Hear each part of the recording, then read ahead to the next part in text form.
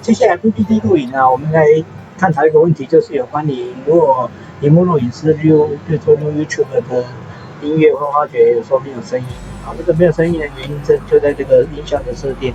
在音量这边按右键，第一个开启音效设定。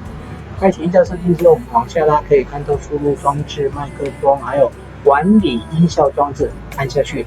它这里有输入装置，有麦克风跟这一个立体混声Stereo Mix。它现在已停用，那麦克风按下去，它现在在用，所以你有一个另外你可以选择已停用，不要理它。那这里呢，因为它是已停用，如果启用，我们就把它启用好了。所以现在这两个都是启用的，所以你看看你是启用，你按下去它会有停用。现在这两个都是启用的。好，那我们就回到这里，那我们到 YouTube 应该有唱歌的，那我们到 PPT 插入最右边荧幕录影，好，我们就这个模式就好了。我们直接录制，我们录制几秒，现在是有音乐的，这个音乐的，有音乐的。好，然后我们就提着它放上来。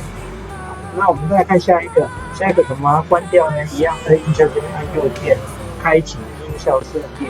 好，那再来看看这边，管理音效装置，看看这里 Stereo Mix 给它停用，对，这个它是停用，所以这边有写已停用。好，已停用会怎样呢？我们就再来一次。我们再来一次这是唱歌的。再来一次之后呢，我们一样回到 PPT， 然后插入荧幕录影。好，我们直接录制，一样录制了几秒。好，录制了3-5秒之后，我们可以把它停。好，在这边好，我们先把刚才的音乐就给它关掉。关掉之后呢，我们再来看看测试一下你不用输出，你看这个就好了。第一个按下去，它如果有声音，你怎样输出的就有声音。